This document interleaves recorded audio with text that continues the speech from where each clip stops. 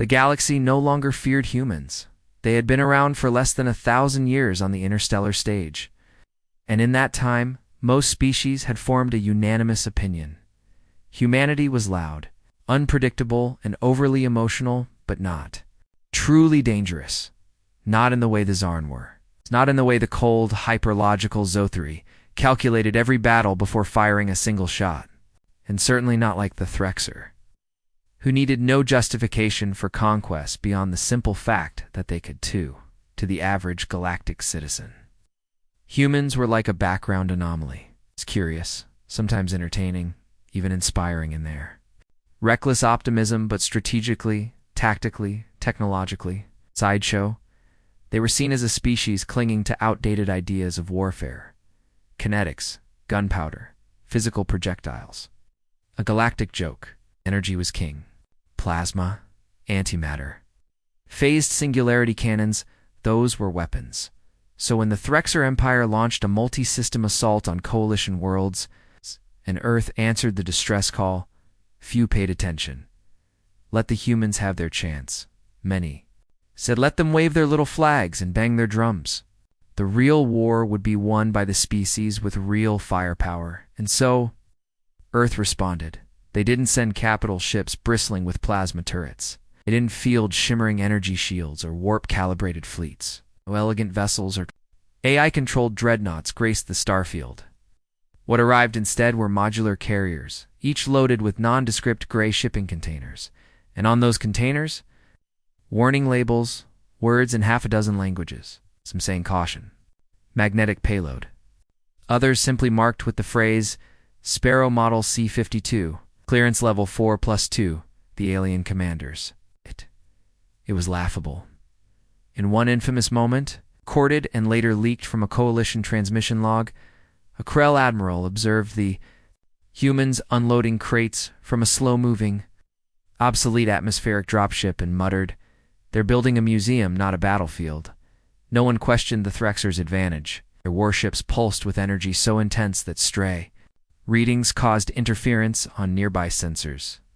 Their armor deflected most energy-based weapons with layered reactive plating, each scale like a living organism designed to adapt mid-battle. Their soldiers wore exosuits laced with organic intelligence and chemical boosters that pushed their endurance past the limit of what humans even considered survivable, and humanity. They were unloading tripod-mounted, manually aimed, non-automated slug throwers. Some had barrels longer than a shuttle. Others had exposed wires and cooling tubes, hanging like vines. All of them fired something called tungsten flechettes. No one was quite sure what that meant, and the humans didn't explain. To many in the coalition, it was the final nail in humanity's tactical credibility.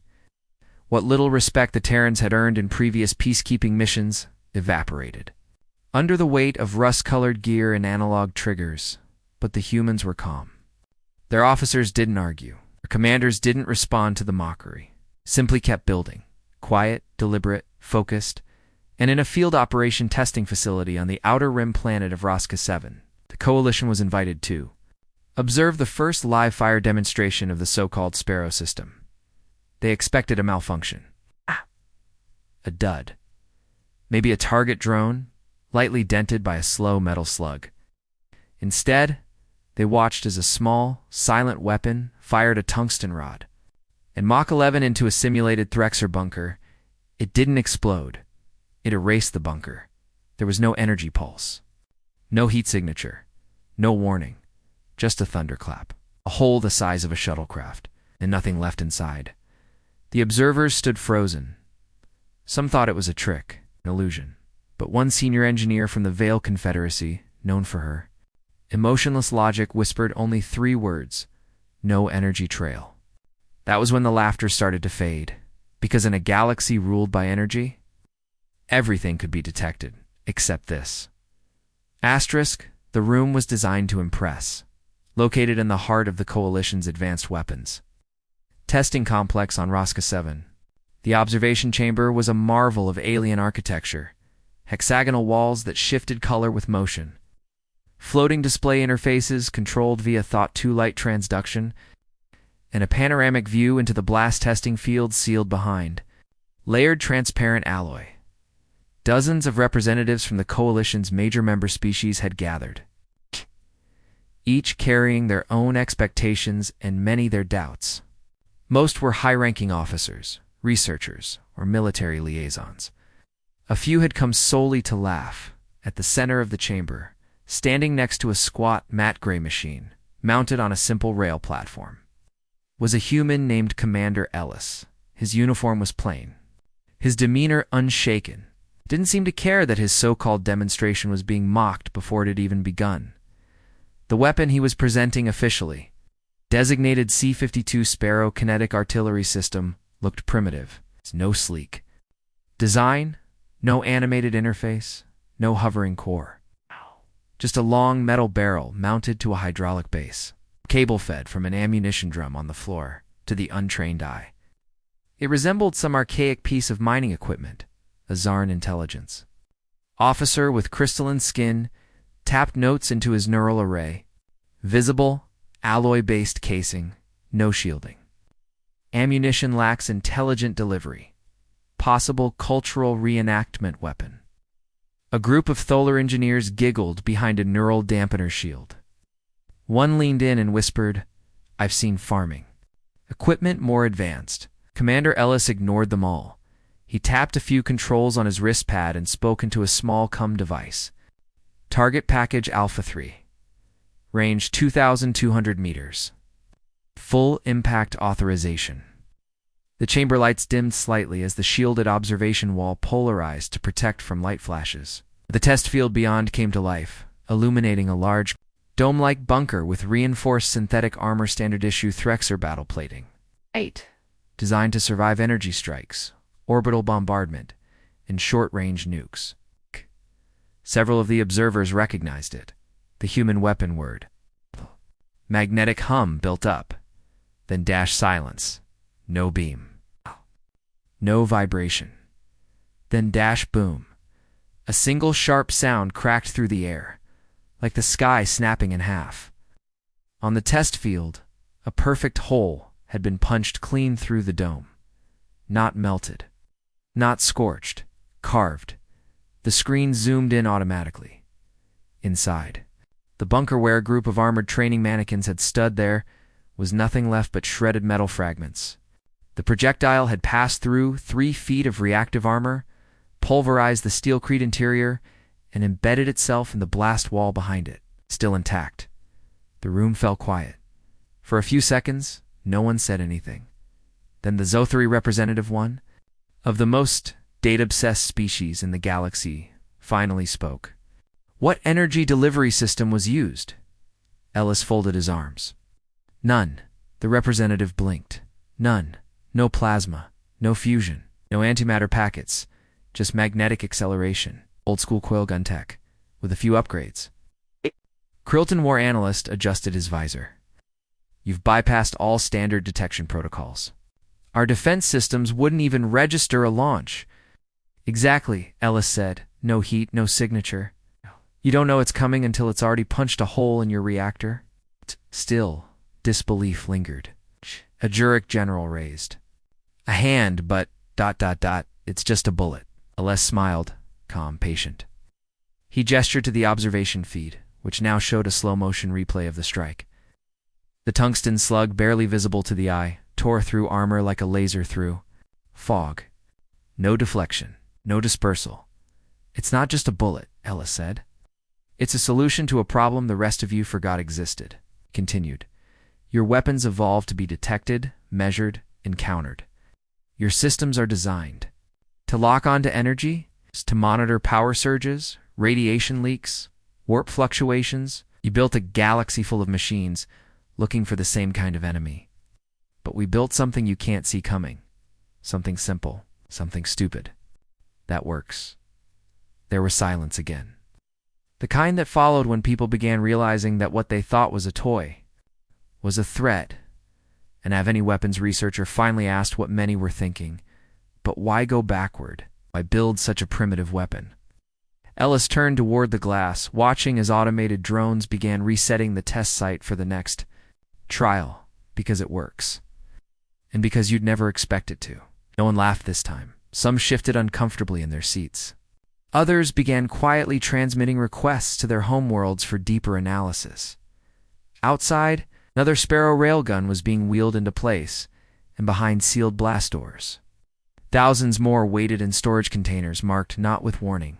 Symbols or glowing glyphs but with 3 simple words burned into steel: kinetic delivery system. The galaxy had just witnessed the future, and it was dressed like the past. The ice moon Vexen 4 wasn't supposed to matter. It was a mining colony, a remote outpost. It's barely defended, its frozen surface scarred with deep extraction pits and latma processing plants. The Coalition had stationed a skeleton force there mostly. Automated drones, and a few board detachments from member species. When the Threxer fleet dropped out of subspace orbit, no one expected a real fight. The planetary distress signal didn't even reach full priority. The military AI that managed the sector flagged it as a localized incursion, expecting the defense grid to delay the attackers long enough for reinforcements. But the Threxer didn't wait. They descended like a swarm. No declaration, no transmission. It's just immediate orbital fire and troop deployment. Their war doctrine was brutally simple. Strike fast, overwhelm defenses, secure resources, move on. The standard Coalition defense system's pattern-locked lasers, phased energy shields, and drone clusters were shredded within minutes. It was a slaughter, and yet something was off. Threxer forces found themselves advancing into empty terrain. No organized resistance, no incoming fire, just abandoned structures, silent mining rigs, and strange, unmarked metal crates buried in snow IFTS. Then, humans activated the Sparrow grid. It started with a sound barely perceptible, a low hum just at the edge of hearing. Then came the whine of magnetic coils charging. But by the time the Threxer picked it up on their sensors, it was already too late. The first impact was devastating. A Threxer tank Pod 6.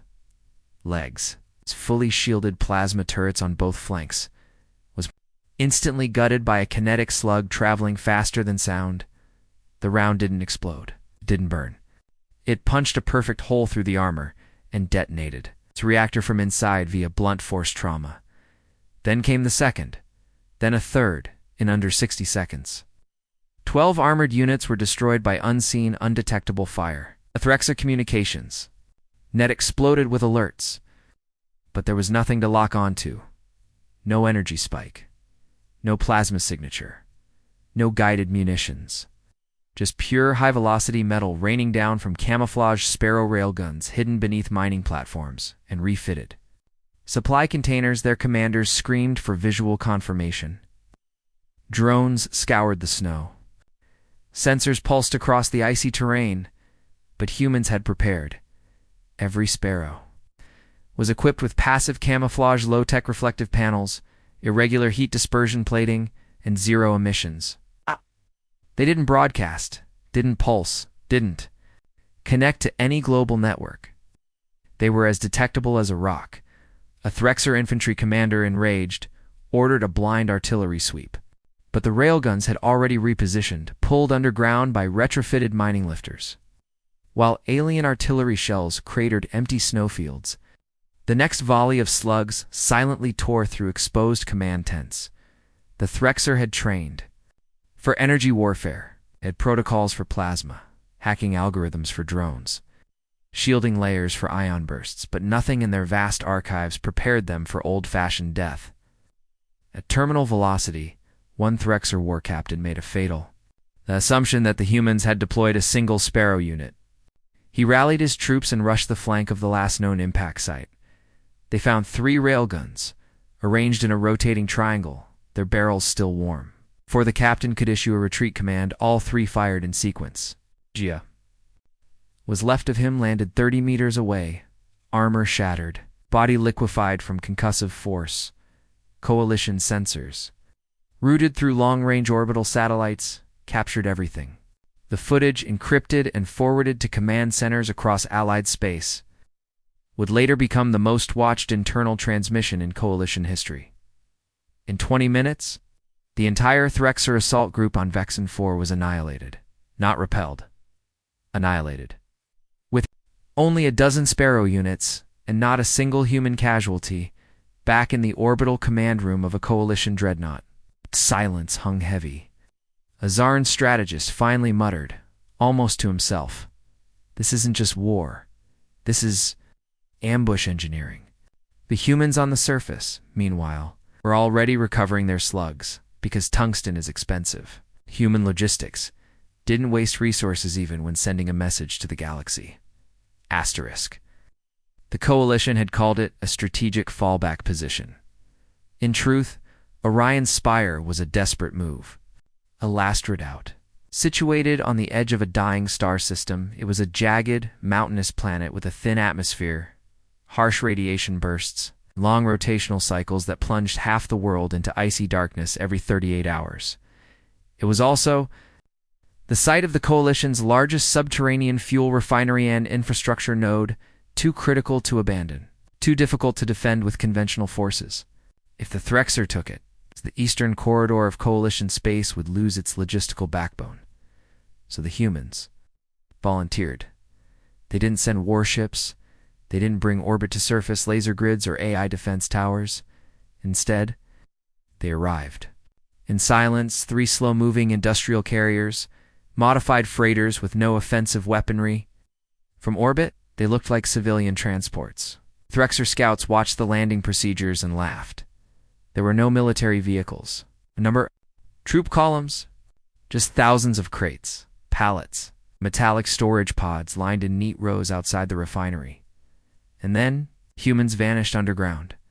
For 10 days, the Threxer watched and waited, growing restless. They analyzed the terrain and found no evidence of combat deployments, no EM emissions, no thermal spike, no shield networks, just rock and crates. When the Threxer Command Council finally approved the assault, they didn't even hesitate. Victory was inevitable. They sent for drop cruisers, 16 fast-attack crawlers, and over 3,000 troops equipped with cutting-edge Threxer war tech. Some wore living armor bioreactive suits that adapted to enemy fire in real time. Others were mounted on quadrupedal shock beasts bred for planetary sieges. It was overkill, or so they thought. The first phase of the invasion went exactly as expected. Threxer troops landed on the northern plateau and advanced down into the mining basin, where the refinery complex stood dormant. They breached the outer perimeter within the hour. Still, the humans did nothing. The silence unnerved even the Threxer war captains. They were halfway to the main entrance when it happened. Not an alarm, not a drone, not a plasma burst, just a low, strange vibration in the ice beneath their claws, and then the sky cracked open. Kinetic strike pods, no dynamic. Rod-shaped containers fell from orbit like spears hurled by a wrathful god. They hit the surface with explosive force, not from payloads, but from sheer velocity. Each pod had no thrusters, no guidance, just metal and gravity. Inside each pod, a Sparrow pre-calibrated, self-aligning. They deployed instantly. Upon impact, unfolding legs, anchoring stabilizers, and locking onto pre-tagged terrain vectors by the time the Threxer realized what was happening. A grid of 60 fully armed Sparrow railguns had surrounded them, synced silently via direct-line laser relays, buried in the snow. Then they fired. Not all at once. That would be predictable. Instead, they fired in rhythmer, sporadic, like a predator toying with its prey. One shot took out a scout crawler. Then a pause. Then 3 rapid-fire slugs tore through a living armor squad before their suits could adapt.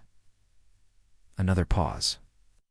Then 2 more shots, one into a transport's rear drive, the other into its escape hatch. The Threxer were trapped. They fired plasma. In every direction, the air shimmered with heat. Energy beams carved into rock and ice. They hit nothing. Every Sparrow had already repositioned. Some folded into cliff faces.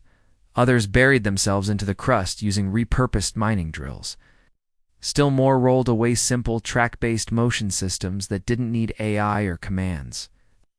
They followed coded timers and old-fashioned steel programming, no hacking, no signals, no weaknesses.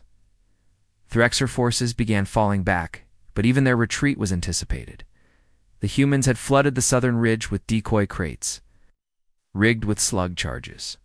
When Threxer crawlers crushed them, the charges detonated not with plasma, but by blasting dense shrapnel at ankle height, designed specifically to cripple their quadrupeds. One Threxer general managed to send out a distress beacon. It was answered by a pre-recorded human message. "Hello, we're busy right now. Please leave your name and the coordinates where you were obliterated, and we'll get back to you shortly." Even the message was primitive audio only, encoded on a loop. But it played over and over as the remaining Threxer forces fled into the frozen shadows, bleeding, limping, and disoriented. By dawn, the battlefield was silent again. Only now, the humans emerged, wearing low-heat gear, non-metallic armor, no shields, just breathable cloth, ceramic plating, and faces unreadable. Behind snow-dusted visors, they didn't celebrate. They simply reloaded the sparrows, cleaned the barrels, checked the calibration, then disappeared underground once more, as if they had never been there at all. The footage, what little the Threxer managed to recover, was later declassified under Coalition Order. It spread like wildfire across the galactic networks. The file was titled only "The Trap at Orion's Spire and the Ghosts Who Set It." No one laughed after that. Some, however, began to whisper, if this is what humans do when they're underestimated, what happens when they're not? The war was supposed to end at Kale on -5. The Threxer had grown impatient. What was once a confident march across Coalition space had turned into a string of quiet disaster skirmishes that ended in silence. Convoys that vanished without distress. Calls and soldiers that never returned. Each failure came with a pattern: human involvement. The Threxer weren't a species known for introspection. They believed in dominance through force, victory through intimidation. But even their Warmind's bioorganic AI embedded in their command structure began flagging human patterns as anomalous, unpredictable, dangerous. And yet, Alan 5 was supposed to be different. It was a stronghold, an industrial world. 3. Concentric defensive rings, energy shields layered like glass. In over 100,000 Coalition personnel, including elite units from 7 different species, the Threxer reasoned that humanity would not be able to embed their strange, low-tech weapons into a battlefield this fortified. There was too much traffic, too much oversight, too many eyes. What they didn't realize, what they could never predict, was that humans didn't need chaos to hide their weapons. They just needed a shipping manifest. 3 months before the assault, a massive load of atmospheric stabilizers was delivered to Kalen 5. Each unit was sealed and climate-resistant, alloy casings, and labeled for underground deployment near geothermal vents.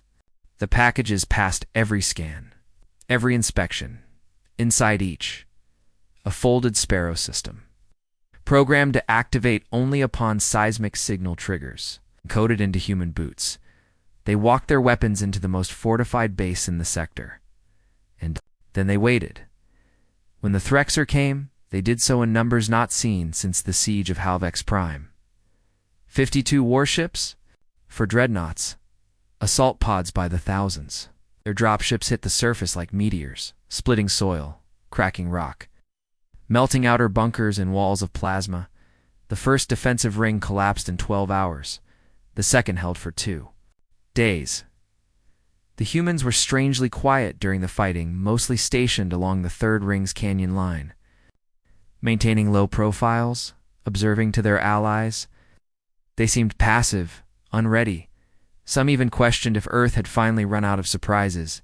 And then, as the Threxer breached the third line, the humans stepped forward. One soldier reached down and tapped his heel against the stone floor. 3 times. A low thud, like knocking on a door. Across Kalen 5, hundreds of buried Sparrow systems awoke. The ground trembled, with no visible signal. No network communication. The weapons emerged, lifting themselves from beneath rocks. Out of fake water tanks, inside hollowed-out pillars, even embedded into cemetery monuments. They didn't fire all at once. They never did. The first shot shattered the command tank of the Threxer's ground. Captain the second took out a tri-legged artillery walker before it could even deploy stabilizers. The third, delayed by a few seconds, struck a dropship in mid-hover, sending it spinning into a fuel depot. The explosion knocked out the Threxer's forward encampment, which they had ironically built atop one of the fake stabilizer pods. Within minutes, the battlefield devolved into panic. The Threxer had no targets, no heat trails, no energy. To trace the usual Threxer war protocols, scan, lock, erase, were useless. They fired wildly into the canyons. The rocks responded with silence. They tried to scan for kinetic trails, but by the time their sensors registered impact, damage was already done. And then came the human infantry, not in gleaming armor, not with energy shields, but in insulated suits, mesh-reinforced ceramic, plates and helmets that gave no sound and no light. They didn't march in lines. They moved in pockets, flowing through the chaos, taking shots only when necessary, never staying in one place for more than a breath. One unit, armed with a mobile Sparrow turret, launched their weapon off the side of a cliff using a repurposed mining sled. It glided down the slope, skidding into position, and immediately began firing, taking out 6 enemy units in 20 seconds. Before self-destructing in a cascade of metal shrapnel, another squad used compressed rail cannons the size of backpacks, launching sabot rounds through bunker walls without ever stepping inside. Coalition officers watched in stunned silence. One Kalan officer, hailing from a race of binary-sensed thinkers, simply said, "They don't follow any doctrine, they fight. Like a virus with a gun." By the end of the day, the Threxer retreat began. They didn't issue a formal withdrawal. No flag, no transmission. Their ships simply began lifting, off abandoning their own on the surface. It was the first time in recorded history the Threxer left a battlefield without fully securing their dead. They didn't care. They just wanted out. The Coalition called it the turning point of Kalan 5 in historical files. It's marked as the first time a major galactic power recognized Earth's weapons, not as quaint oddities, but as legitimate, terrifying tools of war. But to the soldiers who survived, it wasn't just the weapons, it was the method, mentality. Humans didn't fight for honor, not for power, not even for survival. They fought to win even if it meant dragging the galaxy backward to do it. Asterisk. The skies above Earth had never looked so full. From orbit, the blue marble spun silently, serene beneath, its patchwork of clouds. But around it, just beyond the mesosphere, hundreds of vessels now floated, engines quiet, weapons deactivated. The Threxer fleet had arrived, not in formation, not in power, but in surrender. It wasn't supposed to happen like this. By every metric, every algorithm, every prophecy uttered by their oldest minds, the Threxer Empire should have crushed humanity. They had the numbers, the weapons, the technology, and the ruthlessness.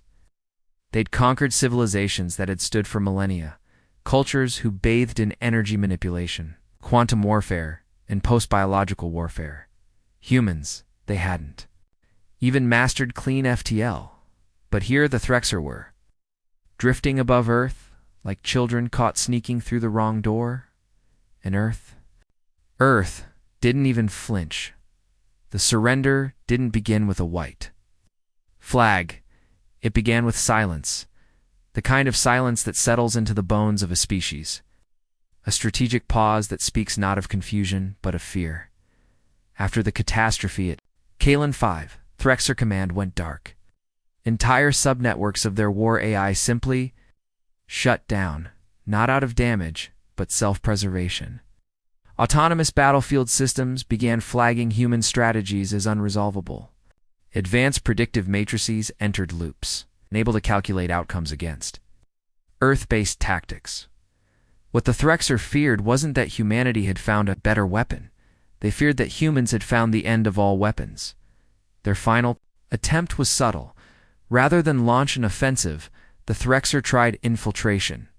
Earth's orbital defense satellites detected zero-emission EVA suits, drifting in near black against the void, each one carrying a micro-sabotaging AI programmed to disable. Kinetic arrays, the humans never fired at them. They didn't need to. Instead, the infiltrators' data streams were hijacked mid-flight. The visual feeds inside their helmets switched to a looping video, grainy footage from Vexen 4, showing Threxer soldiers being shredded by invisible fire.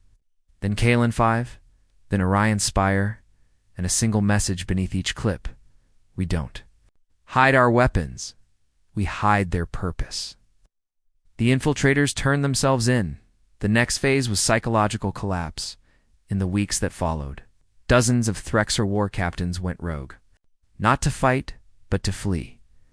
Some defected to neutral systems. Others surrendered to old enemies. One warship's entire crew transmitted a collective resignation, citing irreconcilable dread. The final blow came not in combat, but in what Earth did after Kalan-5. Nothing. No. Planetary conquests. No retaliatory strikes. No. Demands for territory or reparation. Earth didn't want war. They just wanted to be left alone.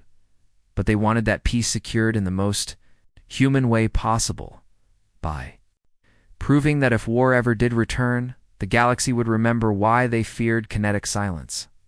So now, the Threxer fleet floated above Earth, no weapons charged, no backup fleets waiting beyond the stars. They had come to do the one thing their culture had no word for: capitulate. They sent a diplomatic envoy, not cloaked in holograms or encrypted voice proxies. A single shuttle, piloted manually. Its weapons removed, stripped bare. Painted with the old surrender mark used long ago on their own home world before they rose to power. The humans met them. With a landing zone constructed out of shipping containers, a quiet joke, perhaps, or a reminder of how it all started. The Threxer emissary disembarked, visibly trembling. When the human officer extended a hand instead of a weapon, the alien nearly collapsed in confusion. "We," the emissary began, its voice synthetic and warbled. ... We offer submission. Not defeat, not destruction, just end." The human nodded. "We never asked for more." The Threxer looked up, voice cracking. "What are you?" The officer didn't smile. He simply turned to the distant railgun mounted on the horizon, unmanned. Motionless, yet present like a god sleeping beneath the surface. Or what happens when no one listens to the quiet kid at the back of the room, and he decides to stop explaining. Later, a memo circulated quietly among Coalition High Command. Classified only decades later, it read, "Threxer fleet has surrendered. Unconditionally. No casualties recorded on Earth's side. Request reclassification of all Earth-based kinetic warfare under Tier Z threat level. Recommend diplomatic protocol be rewritten accordingly." The final line was a single sentence. They didn't defeat the Threxer. They made them remember fear. Time passed. The war ended not with a bang, but with a void, a sudden absence of fire, conquest, and strategy. The Threxer, once considered the most aggressive force in the known galaxy, had vanished from all contested zones. No retreating ships. No diplomatic messages, just silence, and the stars ever indifferent. Rolled on. But the galaxy didn't forget. They couldn't, because what Earth had done didn't just change the outcome of a war. It changed the definition of warfare itself. In the years following the Threxer surrender, the Interstellar Coalition convened what was supposed to be a ceremonial summit. The kind where medals are handed out and wounds are polished into speeches. But this one was different. The chamber was full, not with politicians, but generals, scientists, diplomats, and threat analysts. Every species sent a representative. Some came out of respect. Most came out of fear. The chair of the summit, an aging strategic AI encased in crystalline core glass, opened with a statement no one expected. "We underestimated humanity, not because of their weapons, but because of their thinking." A silence followed, and then came the proposal to codify Earth's contribution to modern conflict into a new classification. Asymmetric precision kinetics, also known, unofficially, as the human doctrine. The doctrine was terrifying, not in scale, but in philosophy. It wasn't about firepower. It wasn't about dominance. It was about psychology. Earth had mastered the art of selective silence, striking where detection was impossible, of teaching the galaxy that noise isn't the threat, the absence of it is. Coalition forces rewrote their training manuals. Entire academies were built around understanding how primitive technology could outwit entire fleets. Defense systems were redesigned not to detect power signatures, but to predict human intent. A hopeless endeavor, because human intent, the galaxy had learned, was its own kind of weapon. On Earth, things didn't change much. There were no parades. No empire was founded. The Sparrow project was declassified only partially enough to earn budget increases, not enough to invite copying. The railguns that had broken the Threxer weren't mothballed. They were standardized, mass-produced, improved, but perhaps got. The most shocking part was this. Humanity didn't want more war. They didn't demand Threxer territory, didn't ask for compensation, didn't install Earth-centric law. They just left behind a message, stored inside a drifting satellite orbiting the former Threxer capital. No weapons, no threats. Just a slow-looping broadcast on a common galactic frequency. You don't need to like us. Just know we're done being underestimated. It became the most downloaded file in history. The legacy spread. Pirate lords across. The frontier dismantled their plasma cannons and began installing crude kinetic launchers, not to match Earth's precision, but to mimic the symbolism. Smaller civilizations, once afraid to stand against larger ones, studied human strategies, saw how unpredictability, simplicity, and resolve could outmatch elegance. Across the galactic core, a popular phrase emerged. It started on merchant ships, then spilled into military halls. If a human brings a crate to your doorstep, duck. But the true legacy of the Sparrow system wasn't a weapon, it was a reputation. One forged not in mass, but in meaning. One that said, we don't need to show our strength, you'll feel it when it matters. To this day, no species has ever invaded Earth again. Not because of fear of death, but because of fear that they wouldn't even understand how it happened. In a final internal coalition report, one last log was recovered, authored by a senior analyst who had witnessed the rise of human warfare firsthand.